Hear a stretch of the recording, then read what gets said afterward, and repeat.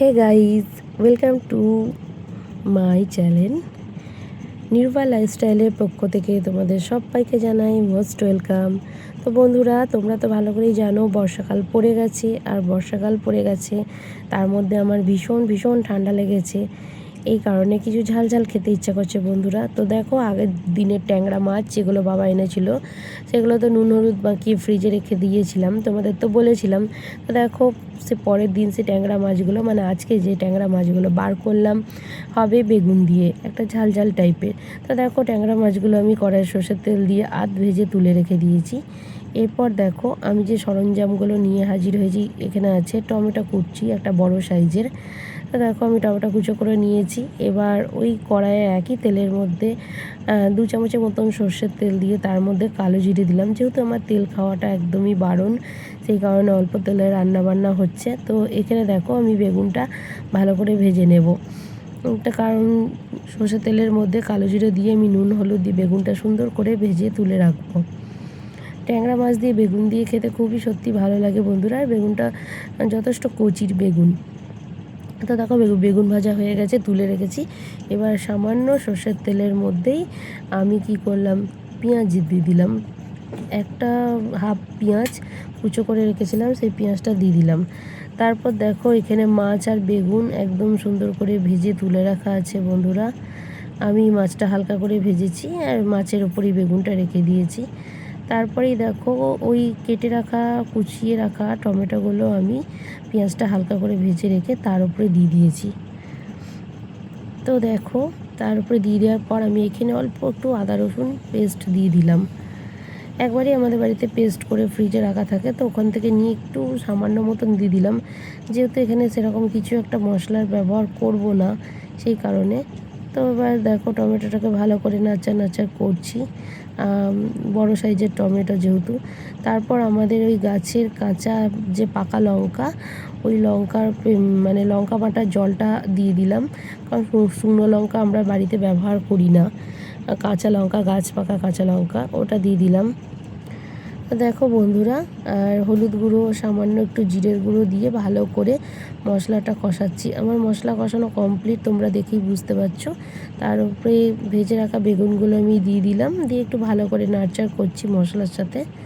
তারপরে দেখো, পরিমাণ মতন জল দিয়ে দিলাম এখানে, যেরকম টাইপের আমি ঝোল রাখবো সেরকম টাইপের জল। তারপরে দেখো, ওই আধ ভাজা মানে ট্যাংরা মাছগুলো দিয়ে দিলাম ঝোলের মধ্যে। তো ঝোলের মধ্যে দিয়ে একটুখানি চাপা দিয়ে দেবো, ঢাকা চাপা দিয়ে দেবো, কারণ ওটা একটু ফুটতে টাইম দেবো। তা একটু ভালো করে সুসিদ্ধ হয়ে যাবে, খেতে টেস্ট হবে। তা আমি ঝোলটা এরকম রেখেছি বন্ধুরা। আর নুন নুন মিষ্টি তো যা দেওয়ার সে তো দিয়েইছি, সব কিছু পরিমাণ মতন এখানে অলরেডি দেওয়া আছে। এবার দেখো, আমি একটা ঢাকনা দিয়ে দেবো। এই দেখো, আমি ঢাকনা দিয়ে দিলাম, একটুখানি ঢিমি আঁচে রেখে দিলাম। তারপরে ঢাকা খুলে দেখো, কত সুন্দর আমার এইরকম স্ট্রাকচার তৈরি হয়েছে।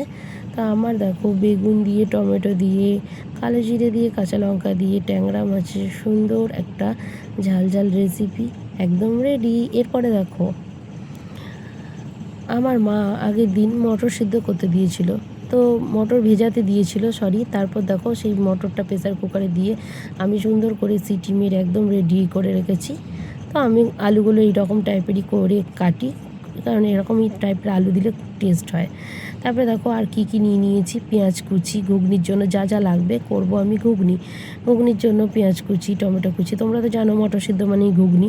আর ওই একই গাছ পাকা লঙ্কা, আদা রসুন পেস্ট রয়েছে, আর রয়েছে ধুয়ে কেটে রাখা ধনেপাতা কুচি। আর আমি এখানে 2 রকম মশলা ইউজ করব, সানরাইজের সাই গরম মশলা, সানরাইজের মিট মশলা। এই দুটো মশলা একসাথে দিলে ঘুগনির টেস্টটা দারুণ হয়। তারপরে দেখো, কড়াই চাপিয়ে দিলাম গ্যাসে। কড়াইয়ের মধ্যে আমি পরিমাণ মতন সর্ষের তেল দিয়ে দিলাম। আর সর্ষের তেলটা গরম হতে না হতেই আমি কুচনো রাখা পেঁয়াজগুলো দিয়ে দিলাম। আমার ঠান্ডা লেগেছে বন্ধুরা, আমার গলার ভয়েস শুনে তোমরা অনেকে বুঝতে পারছো যে আমি ভীষণ ভীষণ ঠান্ডা লেগেছে। এই ঠান্ডার সময় মনে হচ্ছে ঝাল ঝাল কিছু খাই। তো বাড়ির বানানো রান্নার থেকে তো আর বিশেষ কিছু বাইরের রান্না তো আমার খাওয়াই যাবে না, বা যা বাড়ির বানানো রান্নায় যতটা স্বাদ হয় বাইরের রান্না তার অতটা স্বাদ পাওয়া যায় না। তো দেখো সুন্দর করে লাল লাল করে পেঁয়াজগুলো ভেজে নিয়েছি। ওই তেলের মধ্যে আমি কিন্তু একটা তেজপাতা দিয়ে দিয়েছি, পেঁয়াজ ভাজতে ভাজতে দিয়েছি লবণ, তোমরা খেয়াল করেছো। তার মধ্যে দেখো টুকটুকে পাক্কা একটা টমেটো দিয়ে দিয়েছি। কি সুন্দর লাগছে না, লাল লাল লাগছে। তো দেখো খুব সুন্দর করে ভাজাভাজি চলছে এখন। তো টমেটোটা একটু তেলের মধ্যে দিয়ে একটু ভালো করে গলিয়ে নেব পেঁয়াজের সাথে। তো দেখো ভাজাভাজি চলছে বন্ধুরা, আর বাইরে হচ্ছিল সকাল থেকে বৃষ্টি। তো দেখো আমি একটু তাড়াহুড়োর মধ্যে ছিলাম। তো এই যে বাটা মশলাটা আছে, সেই মশলাটা আদা রসুন আর গাছপাকা লঙ্কা এই পেস্টটা আমি পেঁয়াজ আর টমেটো ভাজার মধ্যে দিয়ে দিলাম। তো দেখছো একটা খুব সুন্দর গন্ধ উঠছে না, তোমরা গন্ধটা পাবে কি করে, আমি তো নিজেই পাচ্ছি না, কারণ ঠান্ডাতে আমার নাক বন্ধ হয়ে গেছে। তো বন্ধুরা দেখো তার উপরে পরিমাণ মতন হলুদ আর জিরের গুঁড়োটা অ্যাড করে দিলাম। দিয়ে এখন পালা হচ্ছে টমেটোগুলোকে খুন্তি দিয়ে টিপে টিপে গলানো, একদম একটা স্মুথ মানে কি বলবো কারি যেটাকে বলে। দেখো খুব সুন্দর তেল ছেড়ে এসেছে, তাই না বন্ধুরা? এরপর দেখো আমি আজকের ঘুগনিটা কি দিয়ে করি, আশা করি তোমরা আমার থাম্বনেল দেখে বুঝতে পেরে যাবে।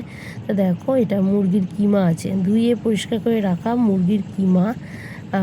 ঘুগনির মধ্যে খাসির কিমা বলো মুরগির কিমা বলো যাই দাও না কেন হেভি টেস্ট লাগে, কিন্তু আমার খাসির মাংস খাসির কিমা খাওয়া একেবারে বারণ, সেই কারণে মুরগির কিমা এর মধ্যে দিয়ে দিলাম ঘুগনির মধ্যে। তো আজকেই প্রথমবার মুরগির কিমা দিলাম, এটাকেও করেছি বাট আজকে আর একটু দিলাম। তা দেখো এর মধ্যে জিরের গুঁড়ো পরিমাণ মতন মিষ্টি এগুলো দিয়ে দিলাম। তো খুব সুন্দর দেখো মশলাটা কষাবো, কষে এসেছে যদিও বা পাশ দিয়ে তেল ছাড়ছে। তো মুরগির কিমাটা তো কাঁচা, সেই জন্য একটু তোমাকে ভালো করে অনবরত যতক্ষণ না সুসিদ্ধ হচ্ছে আমাকে তো রান্নাটা করে নিতে হবে, মশলাটা কষিয়ে নিতে হবে। আর ঘুগনি বলো যে রান্নাই বলো মশলা কষানোর উপরে রান্না নির্ভর করে, রান্নার স্বাদ লুকিয়ে থাকে। তো দেখো কি সুন্দর কষাটা হয়েছে না, এই পর্যায়ে অনেকে তুলে খেতে পারে, কিন্তু না বন্ধুরা এটা তো আমি ঘুগনিতে মানে ঘুগনির জন্য রেডি করেছি কিমা মশলা কষাটা। তো দেখো কিমা মশলা কষাটা আমার পুরোপুরি সুন্দরভাবে রেডি হয়ে গেছে, তোমরা দেখে বুঝতেই পারছো কষাটা দারুণ হয়ে গেছে, কালারও খুব সুন্দর চলে এসেছে বন্ধুরা। আমি কিন্তু কোনো কাশ্মীরি লঙ্কার ব্যবহার করিনি, আমাদের বাড়ির গাছপাকা লঙ্কা এই দিয়েই করেছি, তাতেই দেখো এটা কত সুন্দর কালার চলে এসেছে, তাই না বন্ধুরা? তো দেখো কষছি সুন্দরভাবে আর তেল ছেড়ে এসেছে। এরপরেই মটর সিদ্ধটা দিয়ে দেবো, এই দেখো বলতে না বলতেই মটর সিদ্ধটা ঢেলে দিলাম, যেহেতু আমার মশলা একদম কষানো হয়ে গেছে। মটর সিদ্ধ, আর এই মটর সিদ্ধর মধ্যে না একটু মোটা মোটা করে আলু কেটে মটরের সাথে সিদ্ধ করবে, পরে একটু খুন্তি দিয়ে ভেঙে ভেঙে দেবে। এটা দেখবে অনেক বাইরেও খেয়েছি, এরকম দেখবে দোকানেও করে, স্ট্রাকচারটা খুব ঘনত্বটা দারুণ আসে বন্ধুরা, আর টেস্টটা খুব সুন্দর হয়। ডুমো ডুমো করে আলু কুচানোর থেকে একেবারে বড় করে আলু কেটে প্রেসারে সিদ্ধ করে নিয়ে এইটা পরে খুন্তি দিয়ে আমি যেমনি ভেঙে দিচ্ছি এরকম করে করে দেখবে বন্ধুরা খুব সুন্দর হয়। তো দেখো মশলার বাটি ধোয়া জল দিয়ে দিলাম, ওটা ছাড়া তো তরকারি অসম্পূর্ণ, তরকারির স্বাদ আসে না। তো দিয়ে দিলাম, এ দেখো বন্ধুরা ফুটতে দিলাম। তো দেখো কত সুন্দর ফুটছে। এবার যেটা আমি করবো সানরাইজের সাই গরম মশলা দিয়ে দেবো, তোমাদেরকে তো প্রথমেই দেখালাম মিট মশলা সানরাইজের সাই গরম মশলা, দুটো মশলা আমি একেবারে দিয়ে দেবো। একসাথে পাইল করে দিলে, একসাথে মিশিয়ে দিলে এই ঘুগনির টেস্টটা কিন্তু দুর্দান্ত আসে। আর আমার তো নাক বন্ধই হয়ে গেছে, কী সেন্ট উঠছে কিছুই বুঝতে পারছি না, মুখে সেরকম কোনো স্বাদ নেই। অনেকটা পরিমাণে কিন্তু লঙ্কা বাটা দেওয়া হয়েছে, তাতেও কিন্তু আমি পরে কোনো স্বাদই পাইনি বন্ধুরা। এরপর দেখো ধুয়ে কেটে রাখা ধনেপাতা কুচি ওপর থেকে ছড়িয়ে দিলাম বন্ধুরা।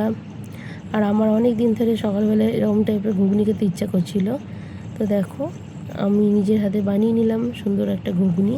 কার কার লোভ লাগছে বন্ধুরা আমার এই ঘুগনি খেতে?